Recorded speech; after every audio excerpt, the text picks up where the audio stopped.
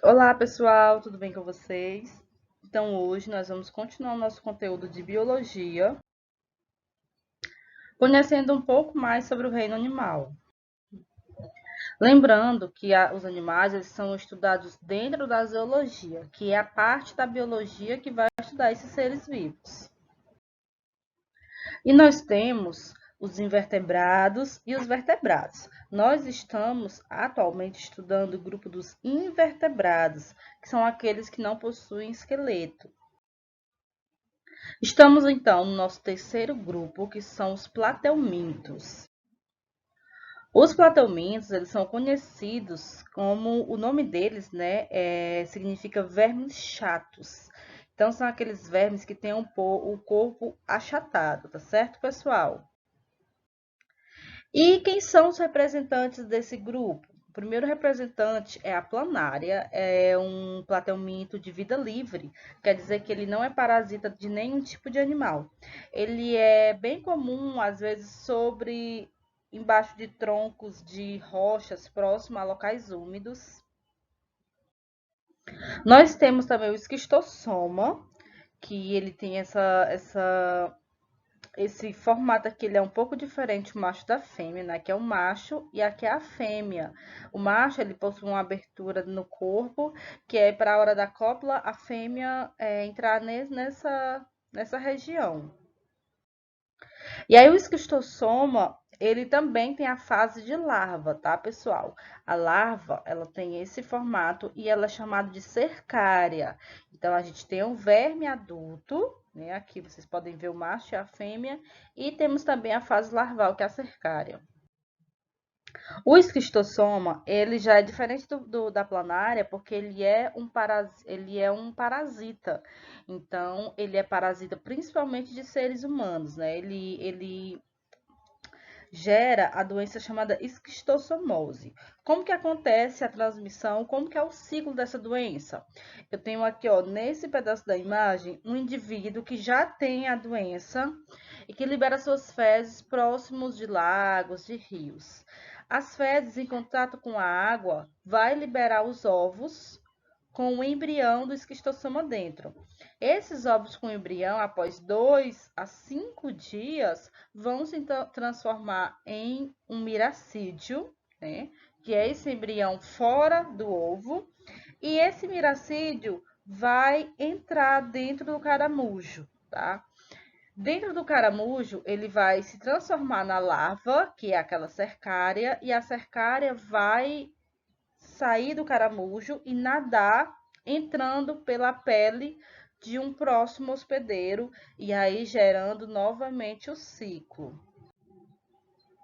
A esquistossomose, né, ela é uma doença que é conhecida no popular como barriga d'água.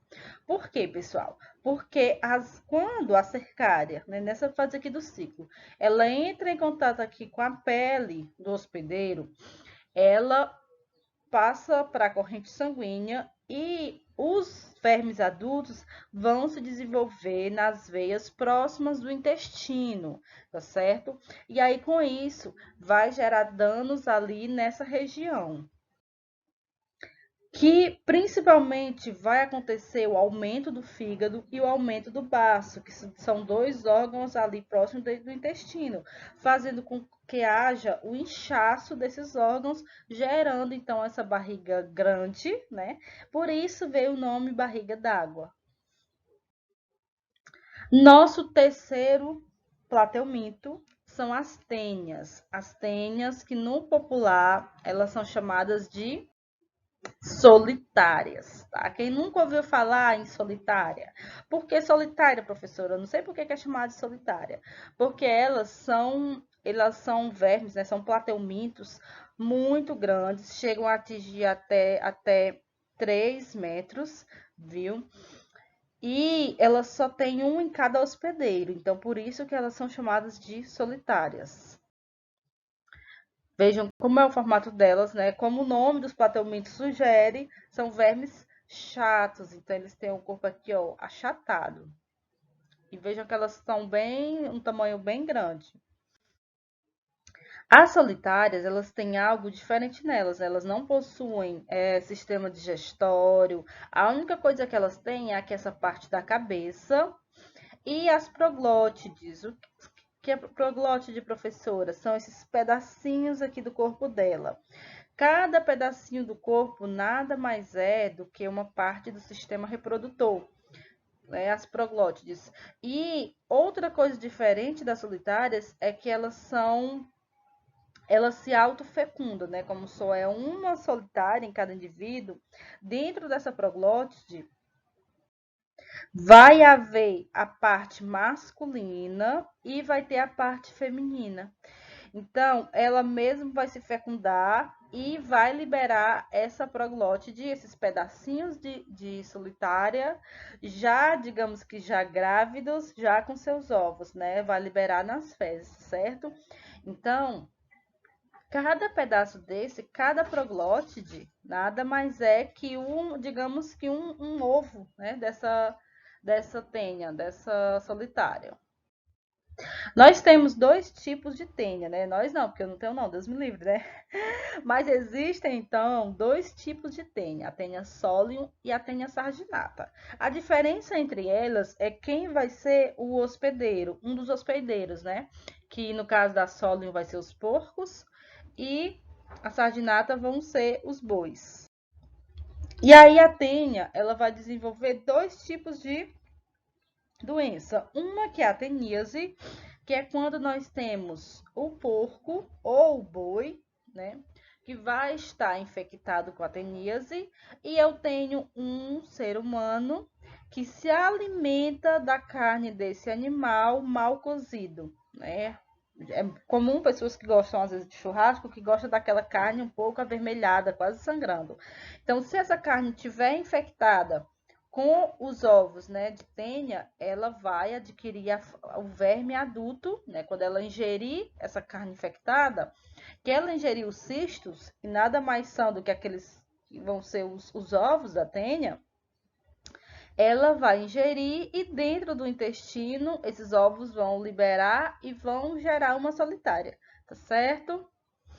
E aí quando essa pessoa liberar as fezes contaminada e algum animal ingerir essas fezes, esse animal vai estar novamente continuando o ciclo, se infectando com a teníase, com a tênia. E aí, gente, nós temos dois tipos de hospedeiro. O definitivo, que é quando esse parasita se reproduzir dentro desse indivíduo e produzir ovos, né? E eu tenho o hospedeiro intermediário, que é quando a gente vai ter dentro desse hospedeiro apenas a larva do parasita, tá certo? No caso da teníase, onde a solitária faz ali toda aquela parte da autorreprodução, né, a autofecundação e libera os ovos, o homem ele vai ser o hospedeiro definitivo. Enquanto que o porco e o boi, que vai ter só os ovos ali naquela carne, né, contaminada, vai ser o intermediário. E a segunda doença causada pela solitária, né, pela tênia, é chamada de cisticercose. O que acontece? Eu mostrei para vocês ali a teníase, que é quando eu vou ingerir a carne contaminada com os ovos da tênia, tudo bem? E aqui na cisticercose, ao invés de eu comer a carne contaminada, eu vou ingerir diretamente os ovos da tênia. Tá certo, pessoal?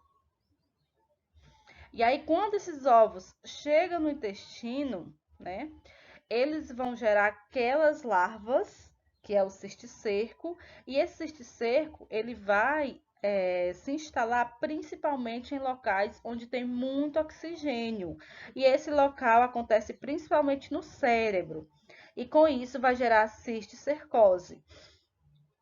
Essa cisticercose, no popular, é chamada de verme do porco, que dá na cabeça. Não sei se vocês já conheceram alguém que teve essa doença, né? Ou já ouviram falar. Às vezes a gente escuta, aquela pessoa, ela tá com a verme do porco na cabeça. Então, isso é causada pela tênia, né? E é chamada de cisticercose.